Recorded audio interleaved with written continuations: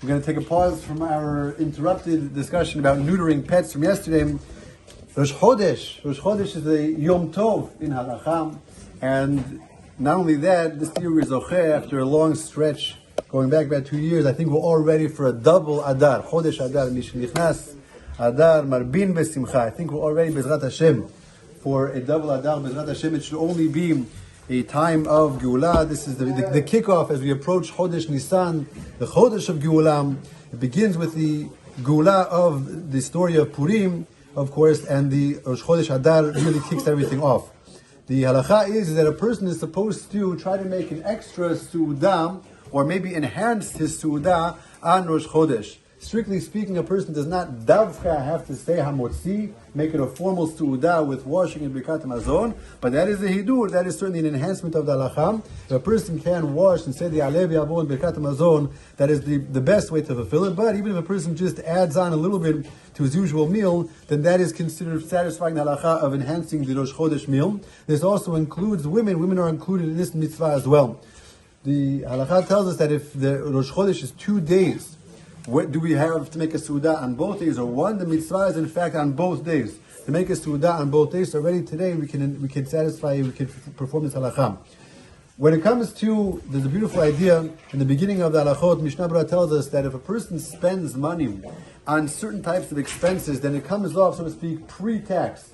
The heavenly amount that a person is allotted before the year begins on Rosh Hashanah. So there's certain expenses that, regarding how much you spend, it doesn't come off of your allotment.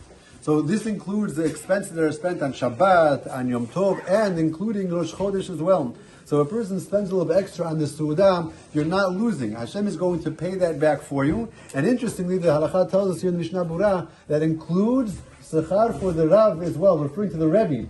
A person has to pay the Schar Menameh, the tuition, that is pre-tax. It comes up, I'm not talking about Maaseh, I'm saying when HaKadosh Baruch Hu decides how much you make for the year, the amount that you spend on tuition is not included. If you're able to add in paying for the Rebbe, then that comes totally from HaKadosh Baruch Hu. HaKadosh Baruch Hu is paying for that. It's a beautiful idea to keep in mind.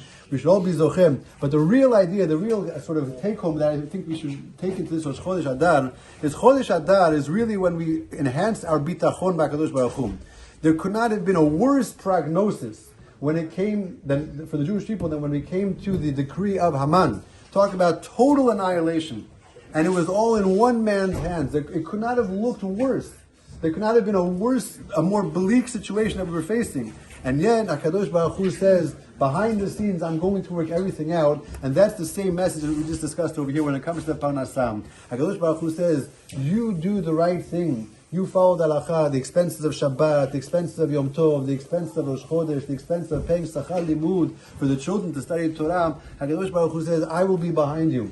You pay, I'll take care of it. Just like the month of Purim, the month of Adar, we're going to strengthen our bitachon HaKadosh Baruch Hu. Like I said, it's been a long stretch. We're ready for a Chodesh Adar. Mishnichnas Adar Marbim Besimcha. It should only be a time, Bezrat Hashem, of Hatzlacha Rabbah, like the Mazal of Adar is bent towards the Jewish people's favor, Bezrat Hashem. We should all see that Hatzlacha in the coming months.